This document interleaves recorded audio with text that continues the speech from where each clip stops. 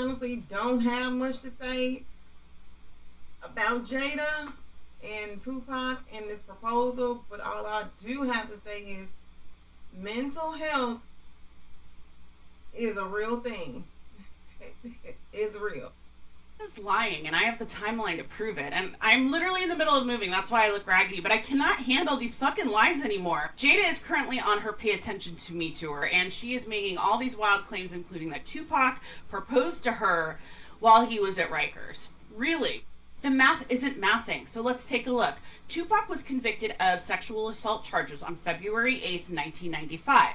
From there, he was sent to Rikers Prison, only to be transferred less than a month later to Clinton Correctional Facility. And she specifically said she went to see him. This was not on the phone. But when I go to see him in Rikers, probably one of the more painful parts, seeing him there, the condition that he was in, and having to leave him there.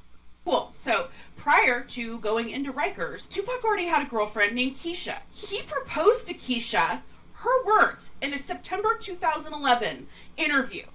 He proposed to Keisha before he even went into prison. They were already engaged. They got married in April. And in the time that he got sentenced and was taken to prison, Keisha actually moved closer to be by him and be by the prison and saw him on a near daily basis. When he asked me to get married, he was at Rikers. So you're telling me that in the 3 to 4 week window that he was at Rikers, engaged to another woman who had moved closer to the prison and was there almost every day, Tupac proposed to Jada. But hey, Jess, you might be saying to yourself, Tupac wasn't known to be a one-woman man. He was no angel. Fair enough. Let's see where Jada was during February of 1995, which was, as we've already established, the only time she would have been able to see Tupac at Rikers since he was only there for less than a month. You see, Jada had already met Will Smith in 1994 on the set of Fresh Prince of Bel-Air, but Will Smith was married, and so nothing happened between them. But in February of 1995, Will Smith was served divorce papers by his wife. 5 days later, on February 19th, Will called Jada and said, "Are you single?" And she said, "Yep." Will said, "We're together now." Jada said, "Cool." And she immediately flew to LA. She flew so immediately that when he called her, she was in Maryland at a brand new house she bought. And she never spent a single night in her new house. That's how immediately she flew to LA. Jada, when, in all that time, did you visit Tupac at Rikers and get this fucking proposal?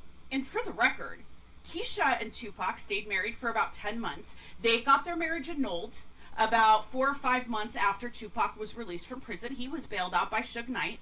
It wasn't long after that he met Kidada Jones. Kidada Jones is the daughter of legendary Quincy Jones. Kidada looks a little recognizable. You may know her sister, Rashida Jones, who played Karen on The Office. Kidada and Tupac were living together and engaged when Tupac was shot and killed. Kidada was the one that was there with him at the hospital the night he died. Kidada was handed his bloody clothes. She was the one who told him, "We all love you," before he slipped into a coma and never woke up. Keisha spoke with Tupac several days before he died, because even though their marriage was annulled, they still remained good friends. And I can't help but notice that all of the women who are actually part of his life in a meaningful way are the ones that have just kept quiet. They've kept silent. They've kept their memories to themselves and not tried to use a dead man as their limelight. And the person who's squawking about him the most is making claims that can't even be verified and don't make sense from the perspective of a verifiable timeline. I see why we love you. He needed a rock. Because of our friendship and because of everything we had been through together, he just wanted to feel that solidified foundation. There's so many people in that position don't have support. Right. None at all. None. You know? He got the best. He did get the best, but not from Jada, because per Will Smith's own words, that him and Jada were pretty much humping all over the world. They were traveling constantly from the first 3 months they were together, all over the world. So Tupac did get some great support, I imagine, from his wife, who moved closer to be with him and visited him every day. And why do I care? Because I'm Gen X, and like any good Gen X person, I grew up on Tupac. We all remember this going down. We all remember where we were when we heard that Tupac got shot or that he died. We all had this fucking hat from Poetic Justice, walking around looking like newsies, slinging newspaper about the Great Depression and FDR. And we're all just sitting here watching Jada spout these lies, being like, do you think no one remembers? Because we all remember. Pepperidge Farm remembers, Jada.